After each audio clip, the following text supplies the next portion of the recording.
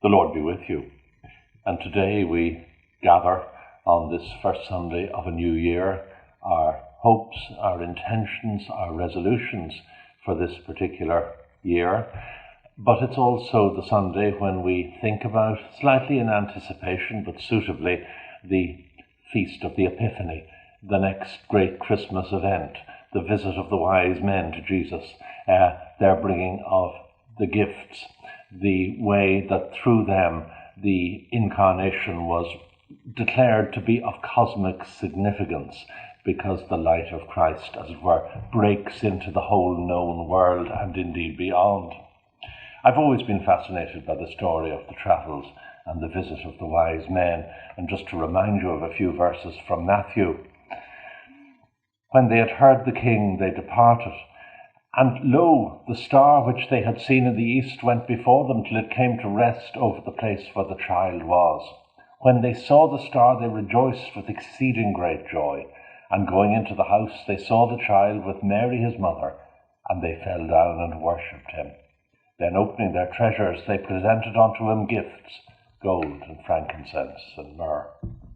Now, over the years, I've preached many a sermon about the Epiphany, about the symbolic significance of the gifts, about the kind of people the wise men were likely to have been, about attitudes that they represent and embody, the importance of intellectual pursuit, loving God with your mind, engaging in acts of spontaneous generosity. And I've also examined how, in many ways, the story of the visit of the wise men is a kind of narrative prologue to Matthew's Gospel. Just as John's Gospel has a more theological, philosophical prologue, this is a narrative prologue to Matthew's Gospel, really saying at the beginning what the whole Gospel is going to be about. In other words, that Jesus is going to be the great teacher, the fulfillment of prophecy, the interpreter of the law, that his, as it were, insight will surpass all those of the traditional interpreters, that those who are his own will not see who he is and will ultimately, like Herod, reject him. And so at the end of the day, it will be the centurion who presides at the crucifixion, who on behalf of the wider known world will realize that Jesus is the Son of God, just as the wise men knew him to be when they mysteriously visited and fell down and worshipped before disappearing out of the narrative again. But just this particular year, I want to share with you one other picture of what this year, the Epiphany, the journey of the kings, so-called, might mean to me, which I picked up in a photograph in the cathedral the other day, kindly provided for me by the Dean of St. Canice's. It's the custom, quite rightly, each year that the crib is not hastily filled, that the wise men only arrive on the Feast of the Epiphany, the 6th of January, but from Christmas Day they begin to make their way from the east towards the crib where they are eventually placed. And so about this time of the year, they are just moving through the east end of the cathedral into the choir towards the crib.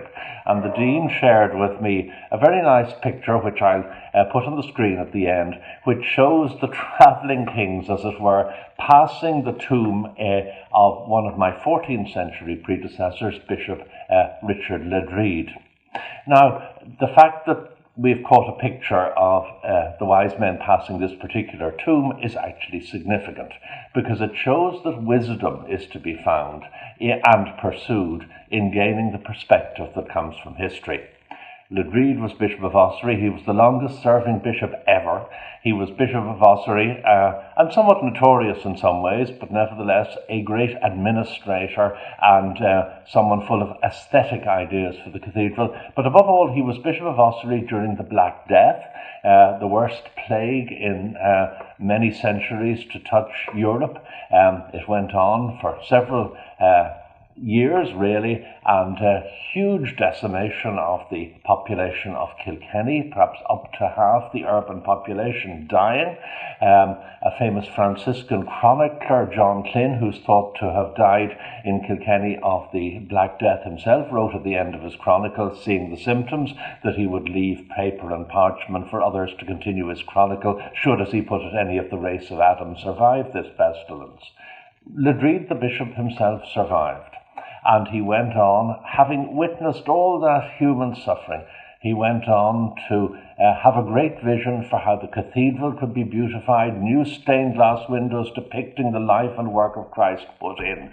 In other words, he used a period when worship must have been hugely restricted, and when people were very uncertain about the way forward in human and economic terms. He used that period to have a vision of the future, and he put it into practice, and he had no sense that a time of pestilence would be inevitably followed in the life of the church by a time of negativity or lack of confidence.